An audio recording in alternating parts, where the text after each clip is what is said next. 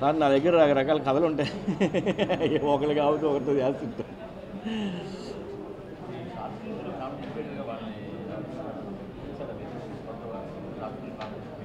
కొంతమంది వచ్చారండి, కొంతమంది నా దగ్గర జాయిన్ అయ్యారు కూడా. అసిస్టెంట్లు చేస్తున్న వాళ్ళు ఉన్నారు, స్క్రిప్ట్ డిపార్ట్మెంట్లో వర్క్ చేస్తున్న వాళ్ళు ఉన్నారు, కొంతమంది చేరారు.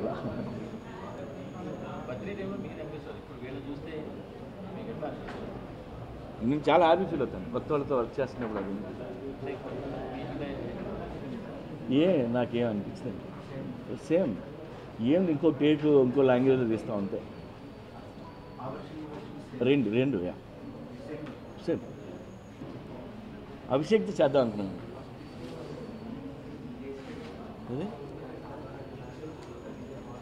అది చేయాలి సార్, చిరంజీవి గారు ఉండిపోయింది. మెగా హీరో కాదు, మెగా ఆయనతో చేయాలి. మిగతా వాళ్ళు అందరితో చేశాను సార్, ఆయన ఉండిపోయారు. ఉంటారు సార్, ఈ మధ్య కలిశాను చిరంజీవి గారిని. మళ్ళీ ఇది అయిపోయినాక ఏదో మళ్ళీ ప్లాన్. పెద్ద పేరుతో పోల్చేసేయండి నన్ను భయ అనుకున్నాను. నాకు బాగా ఇన్స్పిరేషన్ ఆయన. నాకు మణిరత్నం గారు, బాలచంద్ర గారు, రాము గారు అంటే నాకు బాగా ఇష్టం. ఎందుకంటే వాళ్ళ సినిమాలు కాలేజ్ నుంచి చూసింది, వాళ్ళ సినిమాలు చూస్తూ పెరిగింది.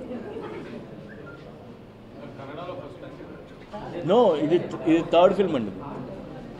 నేను ఇది మూడు సినిమా. ఏమో అది ఉంటుంది ఇప్పుడు, ఏదైనా బాలకృష్ణ గారు అవ్వాలి. సుబ్బు, నీకు తెలుసా నాకు ఎర్లీ మార్నింగ్ ఒక కళ వచ్చింది. నువ్వు నన్ను జ్యువెలరీ షాప్కి తీసుకెళ్ళి వడ్డానం కొనిచ్చావంట. ఏ టైంకి? గుర్తులేదు సుబ్బు, 5 అనుకుంటా. అదే మరి 5కి మీ బాబు వచ్చి బిల్లు కట్టినట్టు నాకు కాల్ వచ్చింది.